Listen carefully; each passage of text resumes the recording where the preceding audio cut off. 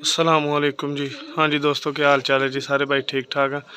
लो प्यारे भाई, लाखा जोड़ा है माशाल्लाह से, बड़ा ही लाजवाब चीज़ है जी। मैं शौक करवाता हूँ आंखों का पार पल्ले का।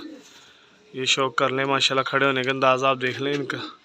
ठीक है, ये आंखों का पार पल्ले का मैं आपको इनके शौक करवाता हूँ। बड़ी ही ज़बरदस्त चीज़ है ये जोड़ा।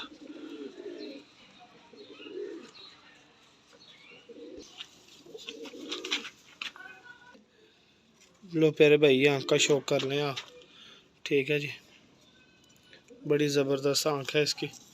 ठीक है, ये पार देख लें आप, ये पार है। तो मेरे भाई ये दुम है, देखो माशाल्लाह कैसे बंद दुम है इसकी। तो ये पंजे हैं। मैं मादी का शौक करवाता हूँ आपको। लो प्यारे भाई, ये मादी का शौक कर लें आप। सही है, तो ये पार है। तो ये माशाल्लाह से दुम का शौक कर लें आप, ज़बरदस्त चीज़ है ये। तो ये पंजे हैं, मैं छोड़ के शौक करवाता हूँ आप जी। प्यारे भाइयों, ये जोड़े का शौक कर लें आप माशाल्लाह से। ठीक है,